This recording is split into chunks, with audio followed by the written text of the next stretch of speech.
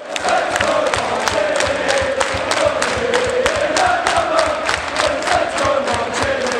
guys, and welcome back to the Saints View, the channel for something content for our match preview as Southampton host Burnley for the lunchtime kickoff on Saturday, and as both sides return from their winter breaks. Now Saints had an FA Cup replay, so meaning their break has been a little bit shorter than Burnley's, but in the end they've both had a decent amount of rest and they're back for the Premier League to kick off once again. Now with both sides on 31 points, it proves to be a very tight affair as both sides are sort of looking to get themselves closer to the top half, but will it be Saints who edge the contest? Before we get into the video though guys, do make sure you are subscribed. We've had some decent growth recently, so let's keep that going. Follow us on all of our socials as well. The Instagram has boomed over the last sort of month, well since the new year really. I'm trying to post more in there and it's starting to work, so I'm really happy with that, so keep following us on Instagram and Twitter. Right, let's get into the video. Now it feels like it's been a really long time since I sat down at my desk in front of the camera and did a proper match preview. I think Liverpool, we didn't do that much content because it was one of those sort of games.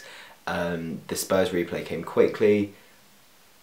It must have been Wolves or maybe even Palace, but anyway, it doesn't matter because we're back in the proper settings and I'm really looking forward to this game. Now unfortunately we have to talk about the last game, and there are loads of positives to take from it. The performance was absolutely exceptional when we rocked up to Tottenham Stadium last Wednesday for the FA Cup 4th round replay. Unfortunately it wasn't to be and Spurs somehow got the win. Now I think we just have to take that performance into the upcoming games because we do have a really good run of fixtures in the league, and we have got that opportunity to have a really strong finish and a decent end to the Premier League campaign. I'm not talking Europe. I think at the moment it's going to be Sheffield United or Wolves, Spurs, Man United, Arsenal are going to pull their fingers out. I think they're going to be the ones in and around that 7th, 8th spot, but 9th and 10th are very achievable for Southampton. Not saying that 7th and 8th aren't, but we're going to have to pull out some really good wins if we are to get there. And naturally, as a Saints fan, I'm still looking over my shoulder. With a win on Saturday, we can go 10 points clear of West Ham in 18th. Okay, they'll have a game in hand, but that game in hand is Man City away.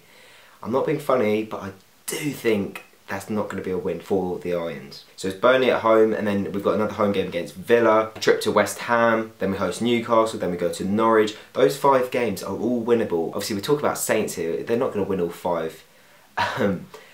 But I'm thinking from the Burnley and Villa game, that's really got to be 6 points. 2 home games against not lesser opposition, because Burnley obviously level on points, but they're above us for Christ's sakes. But Villa definitely one of those sides in and around the relegation, so they have to be winning that game.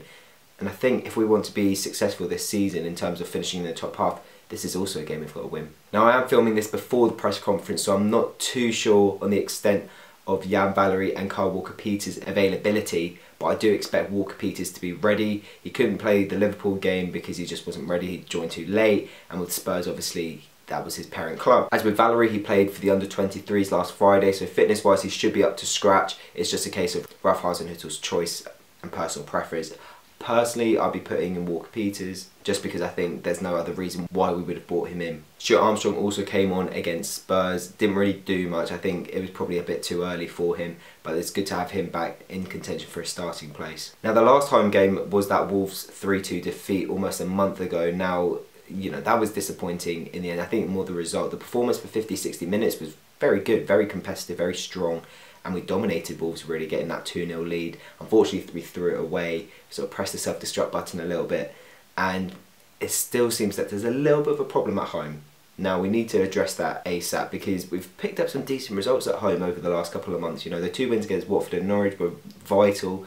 You know, if it was the league, we would have picked up 4 points against Spurs, obviously the win in the league, and then the cup draw. You know, the performances are improving at home, and I just think we need to get those results just to edge us over the line a little bit. And in fairness, Wolves at the time of playing were one of the informed sides in the league alongside with us.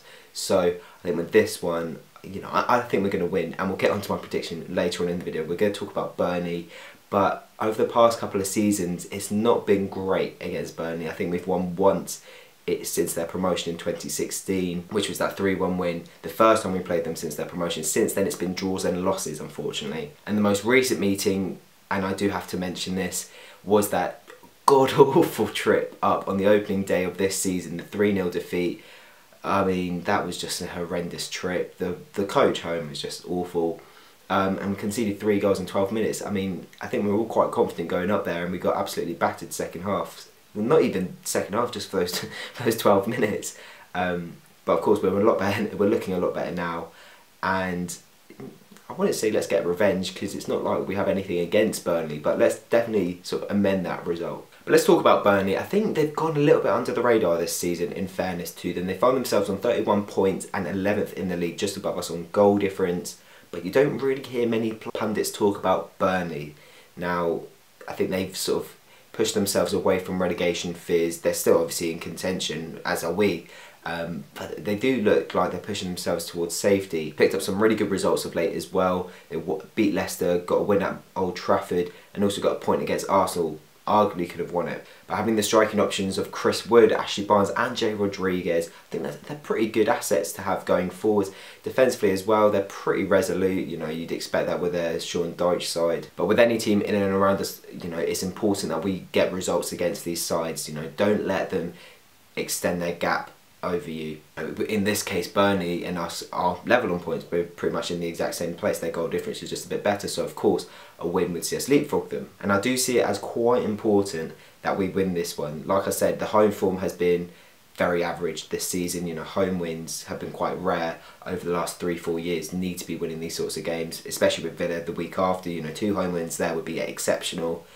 Regardless of the opposition. And it's like I said earlier in the video as well, we've got some very winnable games coming up, arguably the next 7 if you include Arsenal, because after that is Watford away. You know, up until Man City at home in I think late April, we've got some pretty winnable games. And I'm not saying we'll go and get what, even 15 points. You know, I think that'd be quite, I think that's pretty unlikely, but it's about just winning against the sides that are in and around you when you play them, you know, extending those gaps, making sure they don't form gaps above you. Because for me, like I said, I can't see the Europe thing. You know, I'd love to think that. And if we get a couple of wins over the next few weeks and we start climbing up that table, then maybe I'll start thinking about it. But given that a few months ago we were talking about relegation woes, I'm still not in the mindset of Europe. I'm in the mindset that we can definitely finish 9th or 10th. In that top half, and that'd be a good finish for me, and then go into the summer, get rid of some more dead wood, have Ralph Hasenhüttl sign a brand new contract and Pierre Højbjerg sign a new contract. Happy days, and we'll go and finish in the top 4 next season. Who knows? But for now, yeah, I think it's just a case of trying to finish as high as possible. For me, that's probably 9th. I think that's where I'd cut off our possibility of finishing. But like I said, with this league, it's so tight. Who knows where we can finish? But it all starts with Burnley on Saturday. Why it's on TV, I have no clue, but I can see us getting this victory. And that takes me on to my prediction. Now, 12:30 kickoff. I think our only other 12:30 kickoff this season was the 1-1 draw against Man United. You know, that was a decent enough performance. But yeah, I do think we're going to go and win this one. Like I said, Burnley have had some good results recently, and they'll give us a tough game. But I think it's going to be tight, and we're going to edge it. Hopefully, at least. Even though they've had some good results recently, since December they haven't been in the best shape. They've only scored 8 goals, whereas we've scored double that in the league. And in that time, Saints have conceded 14, whereas Burnley have conceded 18 goals. Of course, 5-0 and 4-1 defeats to Spurs and Man City respectively doesn't help that. Overall though, like I've said, I'm quite confident for this one. Now, will I regret that? I'm not too sure. But I'm going to go with a 2-0 Southampton win. I think we're going to edge it. You know, I don't want to see Jay Wood score. That will hurt. I do think we're just going to win this one. It's just one of those where I think they'll give us a really good game. I think it's going to be tight. But in terms of quality of football, by far we played the better stuff. It's just about how Burnley managed the game, and they could manage it better and come away with that sort of draw that they don't really deserve. You know, I can definitely see that sort of scenario. I can see it 0-0 to be honest. But I do think we're going to edge it. I think the fact that we've got Ings in our ranks and Redmond's looking a lot better recently, plus Stuart Armstrong's going to be back, I do think we're going to just have a bit too much for them. But thank you very much for watching the video, guys. Do make sure you give it a like and subscribe if you have enjoyed it. Let me know in the comment section below your score prediction and how you're feeling ahead of the game. Remember to follow us on all of our socials, turn notifications on, and we'll see you tomorrow for the predicted lineup.